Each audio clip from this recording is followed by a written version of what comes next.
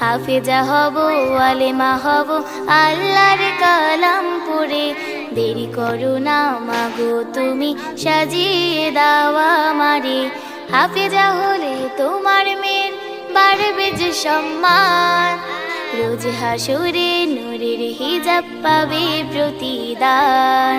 হাফেজা হলে তোমার মেয়ের বাড়বে যে সম্মান, রোজ হাসরে নূরের হিজাব পাবে প্রতিদান। বিসমিল্লাহির রহমানির রহিম। ওয়াল আসর ইন্নাল ইনসানা লাফি খুসর ইল্লাল্লাযীনা আমানু ওয়া আমিলুস সালিহাতি ওয়া তাওয়াসাউ বিল হাক্কি ওয়া তাওয়াসাউ বিস সাবরি।